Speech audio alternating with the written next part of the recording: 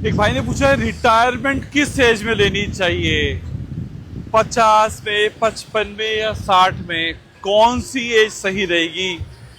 इसका आंसर कर रहा हूँ, आपके काम आ सकता है। भाई रिटायरमेंट लेनी क्यों है? रिटायरमेंट आदमी सोचता है कि भाई रिटायरमेंट लेंगे तो फिर मौज करेंगे, यही तो है कि चलो अब लाइफ को अपने हिसाब से एंजॉय करेंगे। ये वाला फार्मूला फेल है, याद रखना। जब मैं स्कूल में था ना तो मुझे ऐसा फील होता था यार, पैसे वैसे नहीं होते थे भाई, बिल्कुल कंगला सरकारी स्कूल में होते थे।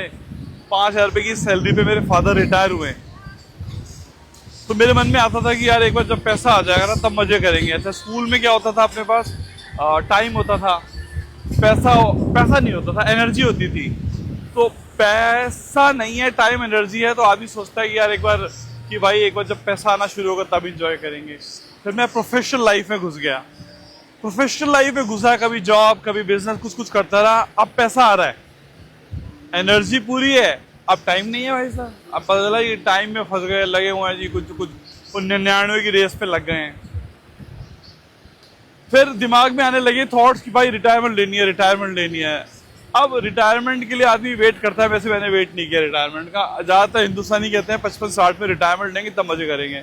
अब उस समय क्या होता है, पैसा है, टाइम है, लेकिन एनर्जी नहीं है, हेल्थ खराब हो चुकी है, कोई हार्ट में कुछ हो गया है, कोई घुटने में कुछ हो गया है, मतलब पप्पू कट गया भाई साहब। रिटायरमेंट का मतलब है, अगर आप सोच रहे हो कि रिटायरमेंट के बाद इंजॉय करोगे, मतलब आपका पप्पू कटने वाला है, गारंटेड।